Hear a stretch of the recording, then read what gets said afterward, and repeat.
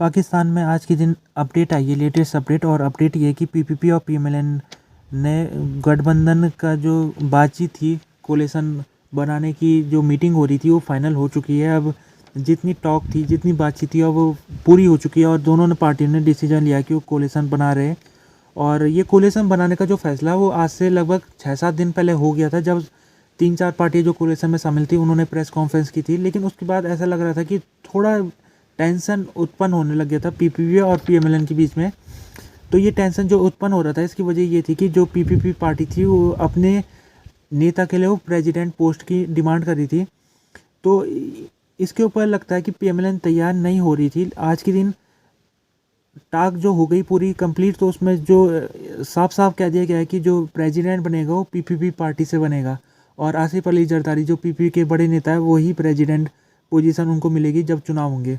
तो यहाँ पर दोनों पार्टियों का जो कोलिशन बन चुका है, तो इसमें कुछ प्रोविज़न है। तो प्रोविज़न पहले तो चीज़ ये है कि जो सेंट्रल गवर्नमेंट होगी और सेंट्रल गवर्नमेंट में जितने भी मिनिस्टर होंगे उसमें से कोई भी पीपीपी का मिनिस्टर नहीं होगा, और ये फैसला पीपीपी ने खुद लिया था। दूसरा इसमें ये होगा कि कॉन्स्टिट्यूशनल पोस्ट होती है, जो बड़े बड़े ओहदे होते हैं, जैसे प्रेसिडेंट का ओहदा हो गया, ये नेशनल असेंबली का स्पीकर हो गया, सीनेट का चेयरमैन हो गया, तो ये जो बड़ी बड़ी पोस्ट है ये सब पोस्ट पीपीपी को मिलेगी। अभी कुछ और बातचीत है जो होनी बाकी है, और उसमें जो भी होगा आने वाले समय में हो जाएगा क्लियर कि कौन सा मिनिस्टर क्या होगा, क्या कैसा क्या होगा।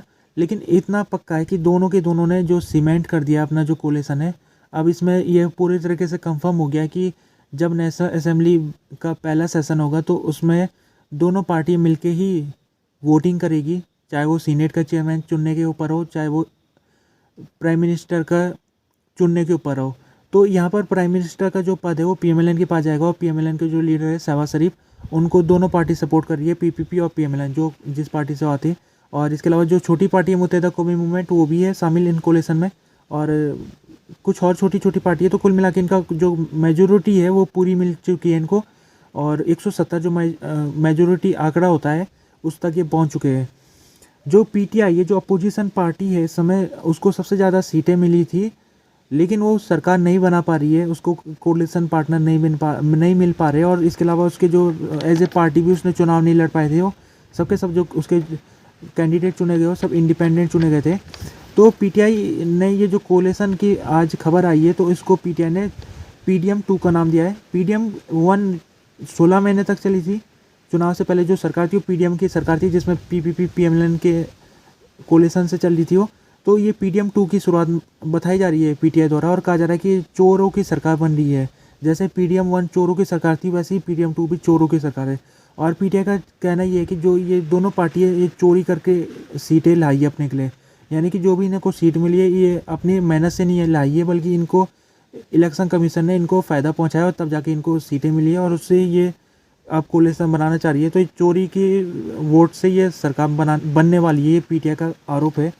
तो जो पीटीआई के लीडर है गौहर अली खान, उन्होंने आज प्रेस कॉन्फ्रेंस की थी, जिसमें उन्होंने सबसे पहले तो चीफ इलेक्शन कमिश्नर जो है रजा, उनसे कहा कि आपको रिजिग्नेशन देना चाहिए, क्योंकि आपने जो इलेक्शन है उसको सही तरीके से नहीं कराए, ट्रांसपेरेंट इलेक्शन नहीं हुए, जो काउंटिंग है उस काउंटिंग में धांधली हुई है।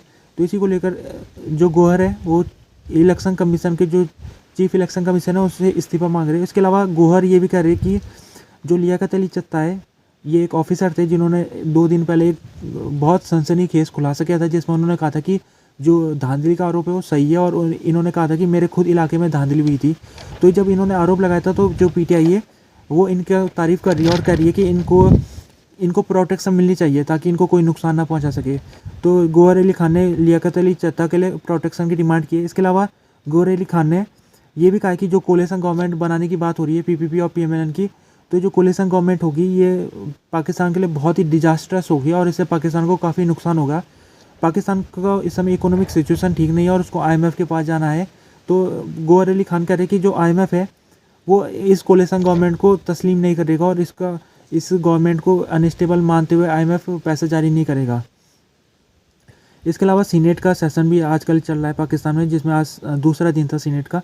तो इसमें भी इसी जो मुद्दा है इलेक्शन रिगिंग का वही छाया रहा। सब जो पार्टी के मेंबर थे उसी मुद्दे को लेकर बातचीत कर रहे थे, भाषण कर रहे थे। तो जो पीटीआई के जितने सीनेटर हैं वो उन्होंने धांधली का आरोप लगाया, जबकि जो पीएमएलएन के सीनेटर है उन्होंने कहा कि जो धांधली है वो आमतौर में होती है, ये कोई नई बात नहीं है, इससे पहले 2018 के इलेक्शन में भी धांधली हुई थी।